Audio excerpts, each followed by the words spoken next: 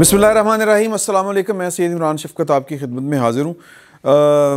दोस्त सारे मौजूद हैं और इश्यूज़ भी मौजूद हैं। आपको पता है क्या इश्यूज़ हैं, लेकिन पिछले हफ़्ते यानी इस जो गुज़रा है उसमें वजाहत मसूद साहब की वालदा का इंतकाल हो गया था। अल्लाह ताला उनको ग़रीक़ रहमत करे सर। और बहुत से लोगों के भी मैसेज आए थे और वो ताज़ियत करना चाह रहे थे आपसे, तो मैं उनकी तरफ से, सब की तरफ से आप उनके जो भी जज्बात हैं मैं पहुंचा रहा हूं। तो यही दुआ की जा सकती है कि बस ज़िंदगी में ये कुछ होता है माँ की। तो आपने अगर नोट किया हो तो इस प्रोग्राम के बाद जब हम बैठते हैं और वजाहत साहब गुफ्तगू करते हैं, इनकी गुफ्तगू का महवर हुआ करती थी इनकी अम्मी जान। ये बैठक में अक्सर जिक्र रहता था। हाँ, लुकमा बनाने से लेके खाना खाने तक। हाँ, ये बहुत ज़्यादा इंस्पिरेशन लेते थे उनसे और उनकी वो इंस्पिरेशन इनकी गुफ्तगू में झलकती थी। बल्कि इनके वो जो बात इन्होंने कही थी लोरी वाली, वो मैं चाहता हूँ कि वो आप ज़रा खुद थोड़ी सी सुनाएं। जज्बाती हो जाऊँगा। चले लोरी वो ये थी कि मज़हब नहीं सिखाता किसी से बैर रख, आपस में बैर रखना। तो वो कहते हैं कि ये धुन भी इन्होंने पता नहीं किस तरह खुद से ही तरतीब दे ली थी। और लोरी उनको घर से ये मतलब जिनकी घुटी में इस तरह की चीज़ शामिल हो तो फिर वो मतलब एतदाल तो फिर आ ही जाता है। अच्छा जी, बात जो है ना वो करनी है, बड़ी सारी बातें हैं, मतलब बड़े इश्यूज़ हो गए। मेहदी हसन साहब आए ने सर ये चादर दा मतलब सीन दस दे, फिर मैं गल जी ना शुरू करा कि मतलब की मतलब मैं दस देना सर। हाँ, मैं पैदाइश मेरी जंपल जो ही जिला दादू। हाँ, दुनिया का गर्म तरीन इलाका। हाँ, लाहौर की ठंडे बर्दाश्त नहीं होती। वो मैनू ना और वजह की हो सकती है थी। जी सर। वो जो आपकी चादर देख के मुझे एक पुराना शेर याद आ गया जो मुन्नू भाई तब सुनाया करते थे जब बेनज़ीर भुट्टो और नवाज शरीफ की सियासत वो आमने सामने हुआ करती थी। खैंचाता नहीं है। वो कहा करते थे कि जहाँ में हर चंद मोतबर है रिज़ाए बानो कबाए ख्वाजा, मगर हमारे लहू में तर है रिज़ाए बानो कबाए ख्वाजा। एक और तारीख थर चो मैनू तोहफा मिली सी। ये तोहफे कल्ले कल्ले के रहे उस ये बातें सामने नहीं करते। 2 टोकरियां फंसी हुई हैं। जाती दोस्त, आपके जाती दोस्त तो तोहफा भेजते ही हैं। जाती दोस्त नहीं, वो जाती दोस्त भी तो यार वैसे अब इसकी कोई एक्सप्लेनेशन नहीं दी जा सकती। हाँ, और इसकी कोई आप मतलब आप समझा नहीं सकते। टोकरी नूं तुसी लिफाफे तो टोकरी ते गल आ गई यार। अच्छा, टोकरी च डायमंड आए सी। असल जो टोकरी च डायमंड आए सी। हां, ओ यार टोकरी मुलाजमा ने पढ़ाई, घड़ी तो नहीं आई टोकरी में। ओ अच्छा, टोकरी बेची नहीं जा सकती। टोकरी बेची नहीं जा सकती, इसलिए उसका जिक्र है। नहीं, मैं समझ गया सर, मैं समझ गया। बात करते हैं घड़ा रख के करते हैं। मेरा एक जुमला है सर, आपकी नजर करना चाह रहा हूँ कि लम्हा मौजूद में जो जुर्म वो कर रहे होते हैं बआइन ही उसका इल्जाम दूसरे पे लगा रहे होते हैं। अच्छा जी, तो आप चेक करें कि सैयद आखिरी अब चेक करें कि रॉयल फैमिली में टोकरियां किसके पास आई। उर्दू में इसके लिए बड़ा अच्छा मुहावरा है, हाथ में जूता पकड़ के चोर चोर चिल्लाना। अच्छा, चोर मचाए शोर। अच्छा जी, मैं इससे पहले कि एक और भी चूँकि ऐप भैन जड़े ना एक बैठक में एक ही दफ़ा आए थे, तो आज इनको नहीं तो बड़े मसरूफ आदमी ने और नाजुक मिजाजी जी है ना वो तबाह दे उत्ते जी ना हावी है। ठीक है, मतलब हल्की जी बाहर हवा चल जाए भाई की तबीयत खराब हो जाती है ना। तो नहीं उस्ताद जी, हाँ, अब मैं इनका तारुफ पहले करवा दूं, फिर मैं कोई और गल करके फिर सीरियस टॉपिक शुरू कर देने हैं जो गुफ्तगू। उमर जावेद साहब जो हैं ये बड़े लर्नड आदमी हैं। इनका मेरा जो पहला जो तारुफ था वो रऊफ साहब ने करवाया था। हम कुलीग थे आप टीवी में, और इन्होंने कई किताबों के तर्जमे बड़ा पढ़े रहे हैं, तर्जमे किए, पढ़ाकू आदमी। ये बार बार नहीं कहते। अब आज के पाकिस्तान में अगर किसी के बारे में ये कहा जाए कि वो पढ़ा लिखा आदमी है तो ये उसकी तारीफ नहीं है, समझा जाता है कि किसी का डिस्क्वालिफिकेशन बन गई है। हाँ, नहीं ठीक बात है, ये भी बात ठीक है। ਆਖਰੀ ਗੱਲ ਜਿਹੜੀ ਐਵੇਂ, ਕਿਉਂਕਿ ਦੇਖੋ ਨਵੀਂ चीज़ है ना, भाएं ने मुच्छां रख ली हैं नूरुल्लाह साहब ने। और फिर इसके लिए एक तो ये है कि इसके लिए रज़ी साहब से दरख्वास्त करके इनकी मूँछों के कूंडे होने चाहिए। अच्छा सर, गुजारिश ये है कि सदारती निज़ाम का बड़ा गलगला है, एक दफ़ा फिर बड़ा शोर शराबा है। इसके बारे में मैं चाहता हूँ कि आप कुछ अपने ख्यालात से भी नवाजें, और आपको क्या लग रहा है कि की हो रहा है। एक फिक्र मैं कहूँ, हाँ जी, कहो। बात शोर तक रहने दें, हाँ, वो अगला लफ्ज़ जो है ना वो फिर काम ख़राब हो जाता है। अच्छा ठीक है सैयद, पाकिस्तान में देखिए कुछ बातें असूली में अर्ज़ कर दे तो बहुत ब्रीफली, बिल्कुल ठीक है भाई, उस पर बात करेंगे। ठीक है। पहली बात ये है कि जमहूरियत सदारती निज़ाम में भी हो सकती है, हाँ, और पार्लिमानी निज़ाम में भी हो सकती है। जमहूरियत जो है वो किसी ख़ास बंदोबस्त का कॉन्स्टिट्यूशनल स्कीम का नाम नहीं है, कुछ अक़दार का नाम है। हाँ। मसलन शहरियों की बराबरी, मसलन सेपरेशन ऑफ पावर, मसलन अकाउंटेबिलिटी, ठीक है ना, मसलन जवाबदेही, ठीक है। तो ये इस तरह की चीज़ें हैं। दुनिया में सदारती निज़ाम भी कामयाबी से चले हैं और पार्लिमानी निज़ाम भी, और नाकामियाँ भी हिस्से में आती हैं। ये तो एक बात हो गई। लिहाजा ये कहना कि सदारती निज़ाम जमहूरी होता है या पार्लिमानी निज़ाम जमहूरी होता है, ये गलत बहस है। दूसरी बात, हम हैं भाई इस मुल्क में अपनी तारीख़ के असीर, ठीक है। हमारे मुल्क में सदारती निज़ाम तारीख़ी तौर पे जुड़ गया है गैर जमहूरी रवैयों के साथ। जिस दिन ख्वाजा नाज़मुद्दीन ने गवर्नर जनरल ग़ुलाम मोहम्मद से कहा कि भाई हम भी गवर्नर जनरल रहे हैं, हमने तो लियाक़त अली ख़ान से ये सलूक नहीं किया, आपने मुझे बैठे बैठाए माजूल किया है। तो उन्होंने कहा कि जनाब, ना आप लियाक़त अली ख़ान हैं और ना मैं नाज़मुद्दीन हूँ। सदारती निज़ाम तो आ गया था उससे, इस वक्त मई 1953, ठीक है। उसके बाद हमने जो, हमारे बड़ों ने जो आइन बनाया 56 का, वो पार्लिमानी था, बावजूद 1 यूनिट और पैरिटी के प्रिंसिपल्स के था वो पार्लिमानी। अयूब खान तशरीफ लाए तो उन्होंने 62 में हमें सदारती निज़ाम दिया, खुद ही उसको तोड़ के चले गए, और ये मुल्क टूटा इसलिए कि एक शख्स जो सदर था वो अपनी सदारत का तसलसल चाहता था। ठीक है, पहले मुझे सिलेक्ट करो, हाँ, इलेक्ट करो तो फिर ठीक हो गया। उसके 2 बरस बाद जब इस मुल्क के साहबान फहम, मुल्क के अवाम के नुमाइंदे पहली दफ़े बैठे, अवाम के वोटों से चुने हुए, और उन्होंने आइन बनाया, दस्तूर बनाया, तो वो पार्लिमानी था। 1985 में आइन की 100 के करीब क्लासेस बदल के जनरल ज़ियाउल हक ने 8वीं तरमीम में उसको फिर सदारती तशख़्ख़ुस दिया, और हमें 14 बरस लगे उसमें से सिर्फ 58 टू वी निकालते हुए। बड़ा तरले पाए जनाब, बहुत रड़ियाँ। और वो आपको याद है कि वो जब 97 के शुरू में जो हुआ तो उस पर क्या कुछ हुआ था। मैं जो अर्ज़ करना चाह रहा हूँ कि सदारती निज़ाम हमारी तारीख़ में जुड़ गया है अवाम के और वफाक की इकाइयों के हकूक़ से इनकार के साथ, अवाम के हक़ हुक्मरानी से इनकार के साथ। जब ये हो गया, परवेज़ मुशर्रफ ने जो 2003 नवंबर में 17वीं आइनी तरमीम मंजूर करवाई, फिर सदारती। अल्हम्दुलिल्लाह, मैं पाकिस्तान का शहरी होते हुए कहता हूँ अल्हम्दुलिल्लाह कि जो 37 बरस पहले हमने इस मुल्क के लोगों से वादा किया था 1973 में सूबों के हकूक़ देने का, सूबाई हकूक़ का, वो 2010 में हो गया। और बड़ी तकलीफ, उसकी तकलीफ उसे ही होगी ना जो उस रवायत का अमीन है, जो सदारती निज़ाम की रवायत का और गैर जमहूरी अवाम पे डंडा रखने का, इजारे का, मोनोपली का, वसाइल पे इजारे का अमीन है, उसको तकलीफ होगी। और मैं आपको जी तकलीफ में कहता है ना, देख के दिल के जहाँ से उठता है, ये धुआं सा कहाँ से उठता है। आप कुछ बता रहे थे, मैं ये कह रहा था, नहीं पहले तुसी गल करो, मैं फिर मैं एक बात मैं आपसे अर्ज़ कर दूँ कि अब पाकिस्तान में सदारती निज़ाम अगर नाफिज किया जाता तो उसके लिए कॉन्स्टिट्यूएंट असम्बली बनेगी, और हमने 1970 से अब तक जो 11 इंतखाबात किए हैं, हमने इस मुल्क में 59, 85, 2002 रेफरेंडम भी देखे। अगर कोई ये करना चाहेगा तो पाकिस्तान को नाकाबिल तलाफी नुकसान पहुँचेगा और ये कामयाब नहीं हो पाएगा बस। हज़रत सवाल यहाँ पे एक है, मैं चाहूँगा आप ही या बाकी अहबाब उसका रिस्पॉन्ड कर दें।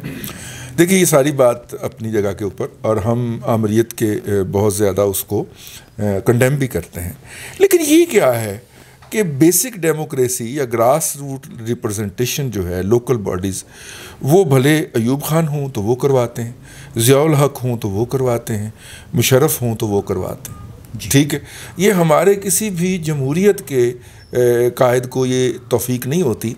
और देखिए इन तीनों लोकल बॉडीज़ के या बेसिक डेमोक्रेसीज के इलेक्शन ने नई क़यादत दी इस मुल्क को, ठीक है ना। तो अब इस पे थोड़ा सा इन्हें भी मेरा ख्याल है कि थोड़ी सी शर्म खानी चाहिए। मैं ये हमें तवज्जो दिलानी, शर्म खानी चाहिए ये जो सलूक करते हैं। आप दोनों भाई मोहतरम हैं, मैं आपसे अर्ज़ किए देता हूँ। देखिए जमहूरियत तरबेला की झील नहीं है, तरबेला का डैम नहीं है। बिल्कुल ठीक है। नंबर 2 बंद करके 3 खोल दो, 3 बंद करके 4 खोल दो। जिनके आपने नाम लिए उन्होंने तरबेला के डैम का पानी इस मुल्क के अवाम का इस्तारा बन गया ना। हाँ जी। सेनेट और कौमी असम्बलियाँ और सूबाई असम्बलियाँ तो आप तोड़ दें।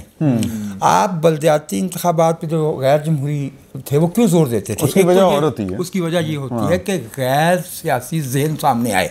ऐसा जहन सामने आए जो गली की नाली और गली में लगने वाली ईंटों से आगे कौमी मसाइल पे बात ना करे। अख्तियार नहीं होता ना उसको।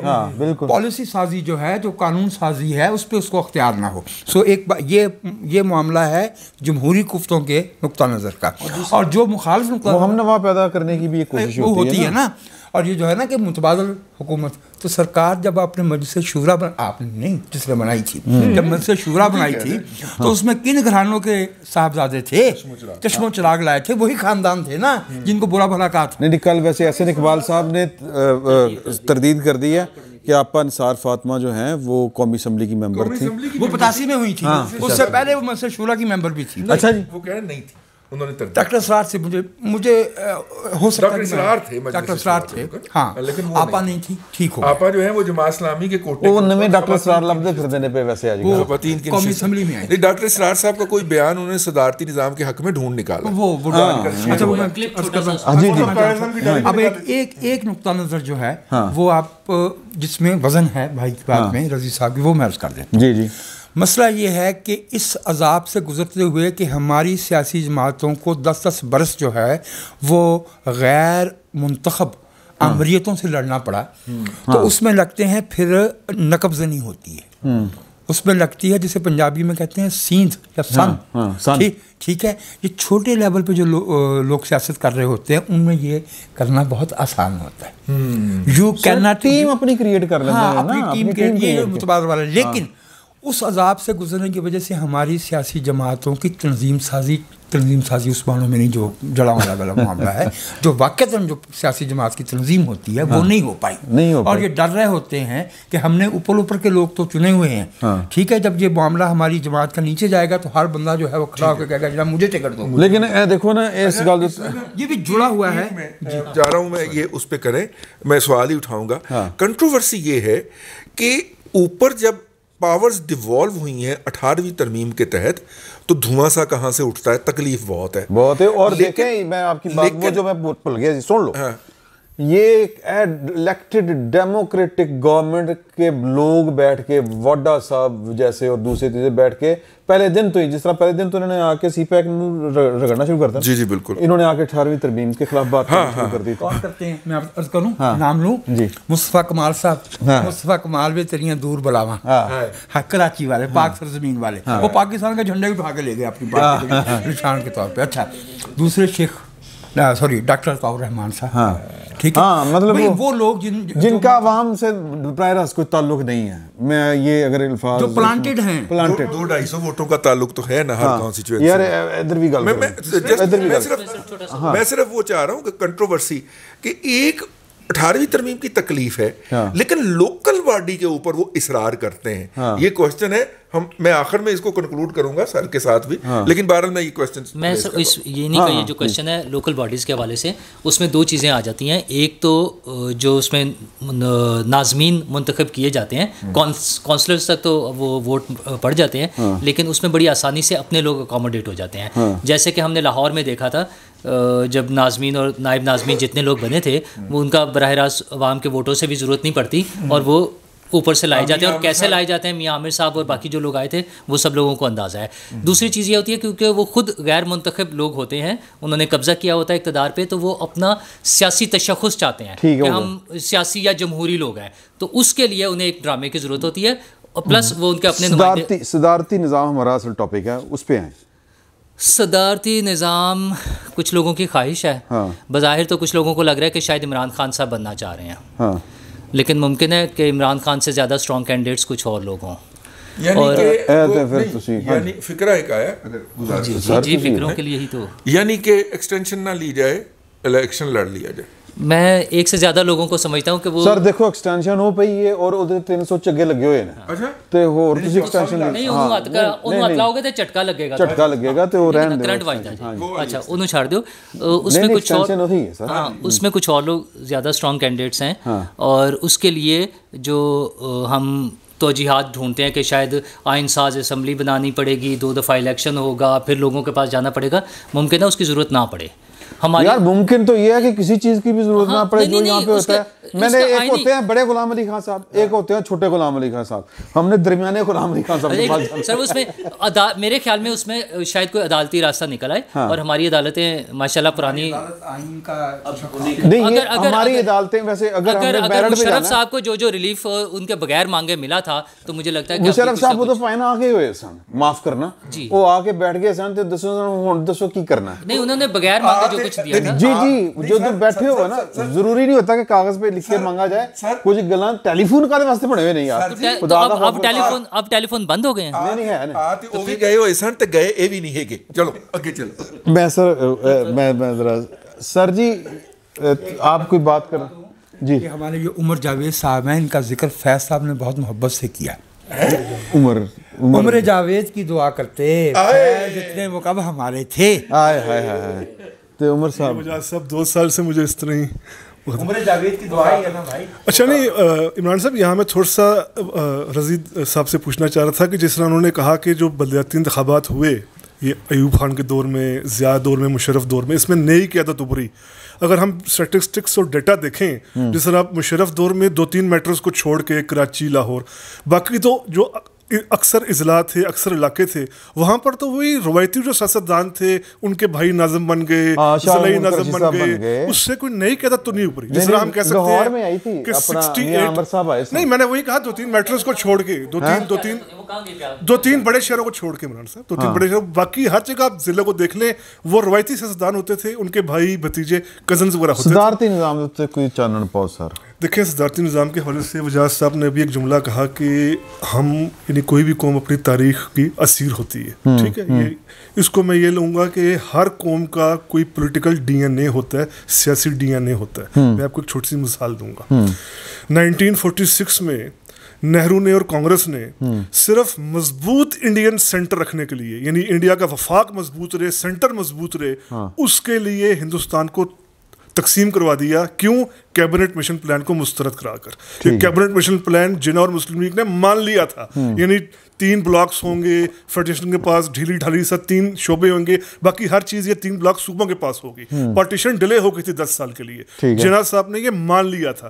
लेकिन चूंकि नेहरू को और कांग्रेस को मजबूत मरकज चाहिए था, उन्होंने कहा हम कैबिनेट मिशन प्लान को नहीं मानेंगे, इंडिया डिवाइड हो गया। ये आज गैर जानबदार जो मौरखीन है उनका ये मौकफ है। अच्छा अब देखें जो आइन साज असम्बली हमारे यहाँ बनी और वहाँ इंडिया में बनी, मैं ये समझता हूँ हमारे यहाँ जो वहाँ आइन बनाने वाले अफराद थे उनको वो पार्टीशन से पहले ही किताबें लिखकर मुख्तलिफ कौमी बैनुल-अक़वामी अमूर पर अपने आप को मनवा चुके थे। यानी डॉक्टर अम्बेडकर जिनका सबसे अहम किरदार रहा है इंडिया का आइन बनाने में, वो अपने आप को पार्टीशन से पहले ही ना सिर्फ ये कि एक दिलत लीडर के तौर पर बल्कि एक मुफक्कर के तौर पर मनवा चुके थे। नेहरू, मौलाना अबुल कलाम आज़ाद, दोराब पटेल, ये बहुत बड़े जहन, बहुत बड़े दिमाग, सरदार वल्लभ भाई पटेल, ये अपने आप को एज अपना नाम बना चुके थे इल्मी हवाले से, सियासी हवाले से। इन लोगों ने जब आइन बनाया, जिन लोगों ने मजबूत सेंटर की खातिर इंडिया को डिवाइड करा दिया, ये लोग क्यों नहीं सदारती निज़ाम की तरफ गए? हालांकि नेहरू का पूरा एक सोशलिस्ट एजेंडा था, पूरा इसके एक सोशलिस्ट प्रोग्राम था। मैं यही कह रहा हूँ कि चूंकि ये एक फैकेट होता है, ये एक बज़ाहिर होता है, अगर आपने अपनी किसी पॉलिसी को इम्प्लीमेंट कराना होता है तो उसके लिए ये ज़रूरी नहीं कि प्रेसिडेंशियल सिस्टम है, मैं नहीं करवा पा रहा, या चूंकि पार्लियामेंटी निज़ाम है मेरे में हर्डल है। 16 साल वहाँ रहे ना नेहरू, उसने अपना जो भी उसका प्रोग्राम था इम्प्लीमेंट कराने की कोशिश की एज अ प्राइम मिनिस्टर की। ये बांग्लादेश में देख लें, शेख हसीना प्राइम मिनिस्टर है। अच्छा बांग्लादेश को हम फंक्शनिंग डेमोक्रेसी नहीं कह सकते, ये नहीं कह सकते कि बड़ा डेमोक्रेटिक है, वो तरक्की की वजूहात दूसरी है, लेकिन एज अ PM आप बताइए कि शेख हसीना क्या ऐसा काम है जो नहीं करवा पा रही, अपने वलद से एक कदम आगे जा रही है, शेख मुजीब के मुकाबले में वो आगे जा रही है। आज शेख मुजीब के ज़माने के लोगों को पकड़ पकड़ सजाएं मौत दी गई है, अभी चंद साल की पुरानी बात है। तो ये ज़रूरी नहीं कि प्रेसिडेंशियल सिस्टम, हर कौम का अपना पॉलिटिकल डीएनए होता है। सदारती निज़ाम में क्या करप्शन नहीं होती? साउथ कोरिया की बड़ी मिसालें दी जाती हैं, वहाँ की खातून सदर पार्क पूरे उस पर ब्राइबरी का, करप्शन का इल्जाम लगा है। 2016-17 की बात कर रहा हूँ, वो उसको निकालना पड़ा। अगर 200 साल, चीन तो जमहूरियत है नहीं, अगर 200-250 साल के तजर्बे के बाद भी सदारती निज़ाम से डोनाल्ड ट्रंप जैसे सदर ने आना है, तो आप खुद सोच लें। ये इमरान साहब एक छोटी सी मिसाल, इसकी पार्लिमानी निज़ाम में हुकूमत में इमरान खान वज़ीर आज़म आ गए। नहीं, इसकी एक छोटी सी मिसाल है कि अगर इमरान साहब बात सुने, अगर किसी तालिब इल्म को इम्तिहान के दिन पर्चा हल करना नहीं आ रहा, वो कहे मेरे पास बॉयल पेन होता मैं हल कर लेता, फाउंटेन है हल कर नहीं होता। देखें ये अब सवाल ये है, आपकी इस बात से लग रहा है कि शायद इमरान खान साहब की ये ख्वाहिश है कि उनसे इस तरह से हुकूमत नहीं हो रही, उस तरह से। खान साहब, इमदाद साहब तुसी ये दसो कि एक ख्वाहिश की दी है जड़ा उन्होंने इशारा किया सी भाई नूरुल्लाह साहब ने, ये इमरान खान साहब की ख्वाहिश है या मैं माफ़ी चाहता हूँ ये बात करते हुए, उन लोगों की ख्वाहिश है जो तनख्वाह पाकिस्तान के खाते चलाते हैं और रिटायरमेंट तो बाद उन्होंने चेते आंदा यार ये पाकिस्तान तो सैर नहीं ठीक हो सकते, क्योंकि पार्टी बढ़ा नहीं सकते, क्योंकि लोगों में वो जो ये साथ खटक ने पार्टी बना ली है। नहीं उस तो वड्डी पहली फ्रेंड्स भी एक बनी सी मेरा फ्रेंड्स असलम बेग साहब पे थी। हाँ। और इनका लेकिन वो थिंक टैंक था, इफ्तिखार चौधरी साहब ने पार्टी बनाई सर, वो अवामी क़यादत पार्टी थी उन्होंने सर, असलम बेग सर बढ़ाई तो सही सर प्लीज सर। वो जो इन्होंने बात की ना, हाँ कि नाकामी आपकी है तो अपनी निज़ाम पे है कि अगर मैंने बाल पेन में ले आऊँगा तो मैं पेपर अच्छा कर लेता। हाँ। सर बात ये है कि जिनकी भी ख्वाहिश है, अब ज़ाहिर है इन्फॉर्मेशन जिस तरह आ रही होती है। मुझे किसी ने कहा, मेरी मौलाना फजल रहमान साहब के किसी दोस्त से बात हुई, करीब होते हैं उनके साथ, उन्होंने सदारती निज़ाम पे बात हुई, उन्होंने कहा यार मौलाना साहब के पास ये पक्की इन्फॉर्मेशन है कि इस बार ये ख्वाहिश इमरान खान की है। अच्छा जी मौलाना साहब के पास पक्की वो चल रहे हैं। अच्छा, उसमें मुझे थोड़ी सी लॉजिक समझ भी आई कि यार ये डिस्कशन करके नवाज शरीफ के 4 लोग जो हैं नून लीग के, वो अपने आप को वज़ीर आज़म के तौर पे पेश कर रहे हैं, तो मिनी बजट और ये वो सारे मामला तो उससे डाइवर्ट करने की एक हो सकती है। लेकिन ज़ाहिर है हमारे यहाँ माजी में हो चुका हुआ है, तो लिहाजा उनको तो हम नहीं कह सकते कि वो नहीं होंगे। असल चीज़ ये है कि भाई आपका मुल्क का जो आबादी का तनासुब है, यहाँ पे सदारती निज़ाम आप लगा सकते हैं। असल चीज़ ये है कि आप 51% पे एक सदर मुंतखब होगा। वो जो इश्तिहार चल रहा है ना, वो एक 51% पे सदर मुंतखब होगा। अच्छा, आप भी बच्चों जैसी बात करते हैं। हमने वो फलाहे मुआशरा इश्तिहार नहीं देखे थ्रू आउट 90s, और वो मिर्ज़ा रशीद बड़ैच के जी साफ करो, और वो मुल्तान का अदना कारकुन ज़हूर अहमद, नहीं मुरीद के का सर, मुल्तान का था, मुरीद के का भी एक था। तो बार अदना कारकुन तो जगह होते हैं ना, अदना कारकुन हर जगह पे होते हैं। अदना कारकुनों के लिए ही तो फिर बल्दियाती इंतखाबात करवाते हैं ना। कारकुन का ये हाल है, आला कारकुन होता तो क्या होता बिल्कुल। अच्छा सर, घंटे में अपना इश्तिहार बदल दिया। सर ये अपना सदारती निज़ाम कोई प्रैक्टिकली मुमकिन ही नहीं है। लेकिन इमदाद साहब देखें, वो जो आप 51% की बात कर रहे हैं, अभी भी तो है साहिवाल तो पिंडी तक जिदी पार्टी जो दी हो वफाक गवर्नमेंट सर, लेकिन सेनेट है आपके पास, लेकिन इलेक्शन है, आप सेनेट जो है वो उसी को रोकती भी है। नवाज शरीफ साहब को नुमाइशी जगह नहीं सर, नुमाइशी होता, यही तो फेडरेशन है। अच्छा, नुमाइशी होता तो मियां नवाज शरीफ साहब तो अमीरुल मोमिनीन बन चले थे। अच्छा, उनके ऊपर जो इल्ज़ाम था कि वो बीबी ने प्रेस को की थी ना, कि वो जो तरमीम करना चाह रहे थे कि कौमी असेंबली में तो मेरे पास मेजॉरिटी है, सेनेट में आकर रुक गया था मामला। तो सेनेट तो है ना, बिल्कुल सर। तो असल में जमहूरी हमारा जो डीएनए वाली बात में इनसे मुत्तफिक हूँ कि हम पंचायती निज़ाम के लोग यहाँ पे सारे इकट्ठे बैठ के ना फैसला करते हैं। हम उस तरह, लेकिन यार पार्लियामानी निज़ाम भी सड़कों चलता तो नहीं पिया, कैसे नहीं चल रहा, कैसे नहीं चल रहा, किस तरह चलना चाहिए? आपको कार की तरह सड़क पे पार्लियामानी कमेटियां फारिग, पार्लियामानी कमेटियों के पास ना कोई इख्तियार है ना वो, ये या अगर है तो कोई इस्तेमाल नहीं करता। नहीं, एक मिनट, किस जमाने में नहीं चल रहा है? और पार्लियामानी तर्ज हुकूमत में सुन ले बात, मुल्क को पार्लियामेंट चलाती है। ये जो गवर्नमेंट होती है, इसका काम है पार्लियामेंट के फैसलों पर अमल दरामद करवाना, सर एग्जीक्यूट करा के वापस आना कि सर कोई balance of power. Parliament government जन्म ही लेती है पार्लियामेंट से। दूसरा ये आपको भी पता है कि ये पार्लियामेंट 2018 में किस तरह के इंतखाबात के नतीजे में मौजूद ते है? वो जेड़ा किस तरह की इंतखाबात का रास्ता 18वीं तरमीम पार्लियामेंट कमेटियों के जरिए बनी है। हाँ ठीक है, एनएससी अवार्ड पार्लियामेंट कमेटियों के जरिए बना है। तो कितने जो- है ना? यार मसला आपकी नीयत का है, निजाम का नहीं है।